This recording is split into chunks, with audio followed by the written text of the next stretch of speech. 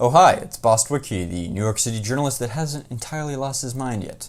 One of the few journalists yet remaining that has no agenda to foist upon you. Today, I want to talk about the small corruptions in journalism. The small things. Not the big things that you hear about in InfoWars or whatever the heck people would tell you at the Thanksgiving dinner table about how there's some grand conspiracy. There's no grand conspiracies. There's only small, messy nuances that lead to the slow but the powerful erosion of any sort of true journalism being practiced, particularly in cable news. Cable news is just rot with this kind of this soft corruption. And this video is brought to you by nobody, so I can continue to say whatever I want into this camera. So a good example of this is let's tell a story. Let's construct a portrait here of what I'm talking about, because this is how cable news really works. This is the truth, the behind the scenes of cable news, the dirty mechanics of it. The mechanics of it is we have 3 Sunday morning news shows. We got the CNN morning news show, the CBS morning news show, and the NBC morning news show. And of course they want to cover what happened during that week in politics. You know, what is the Trump administration doing this week? And they need to have guests on. And they want to have a guest from the White House. Whatever popular Donald Trumpian figure is the spokesperson for the White House at the moment, Rudy Giuliani. And the White House, of course, wants to get their message out, and they want to have Rudy Giuliani appear on a show. But there's only one Rudy Giuliani, and there's 3 shows. There's CBS, the CNN, and the NBC morning news show. So what happens? Well, the White House calls up CNN, and they say, listen, yeah, no, Rudy Giuliani's free Sunday. Yeah, what anchor were you thinking of having on that morning news show? Yeah, okay, interesting. They're talking to the producer of the show. Okay, yeah, and what panelists? Okay, you're thinking of a New York Times reporter, and then, you're going to get Ken from Politico. Okay, yeah, okay, let me call you back. Hangs up. Then the White House phones up, what did I say before? CNN? They phone up NBC. Yeah, no, Rudy Giuliani should be free Sunday, just some scheduling things. Yeah, we were wondering what issues you want to talk about. Yeah, What panelists were you thinking of having? What was the anchor? Okay, you're going to have a Washington Post reporter on? And somebody from NPR? Okay, yeah, let me get back to you. Click. They call up CBS. This is what the White House does. This is what the government does. It calls up CBS, talks to, yeah, can we get the executive producer on the line? Yeah, no, yeah. No, we totally understand you want to have Rudy Giuliani. I think it would be a great fit. Tell me, what anchor were you thinking of having do the Sunday morning show this week? Right, and panelists. Oh, yeah, okay, you're going to have the Washington Examiner on, and NPR, and Daily Caller. Daily Caller, okay, great. Yeah, no, sounds great. Click. White House to the other White House officials, to the press correspondents. Right. Okay, so let's put Giuliani on CBS, because CBS is going to have the Daily Caller correspondent, the NPR correspondent, where CNN, yeah, they're going to have the New York Times and Politico.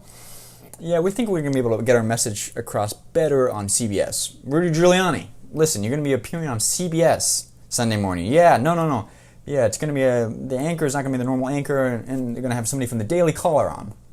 Click, great. And this is what happens. So what does this actually mean? Well, it means any executive producer on all of these news shows, worth their salt, quickly realizes that it doesn't matter how hard the questions you may want to ask the guest, Rudy Giuliani in this case, it doesn't matter if you can't secure the guest. And ultimately, your goal as a producer of the show is not really to ask the hard questions. That's the truth of it. The system incentivizes you to get ratings, to get views. That's what you're actually graded on as an employee for a large media company. How are the ratings?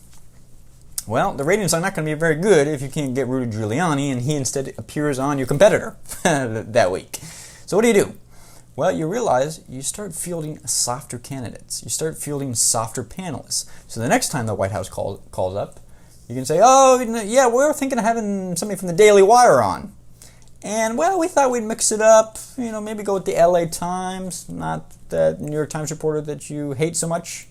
This all goes a little bit unsaid, but the rules there apply. And basically, the White House says, listen, we're willing to grant access, but there's only one guy, and we got to decide what cable news show they're appearing on, and we're going to pick the one that's most likely to offer the most softball questions or have the array of panelists that may be most sympathetic to our message.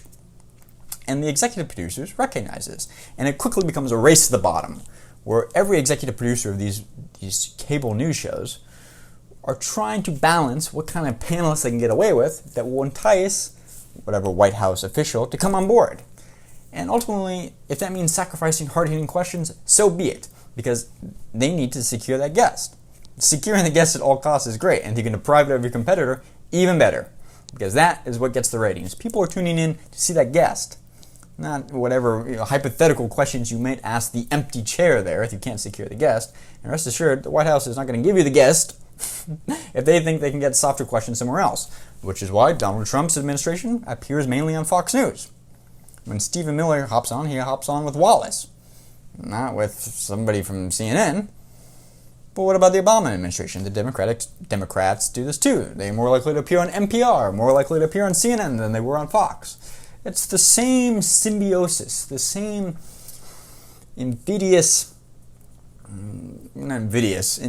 relationship between the media and the government, particularly in broadcast journalism, that has been so interwoven.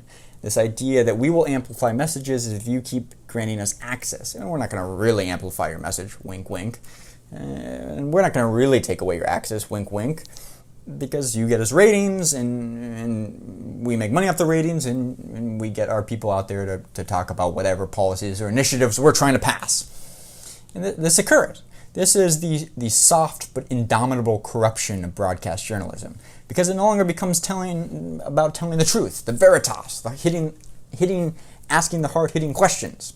No, it's just about getting the guests on, getting the show operational, getting as many people to tune in as possible.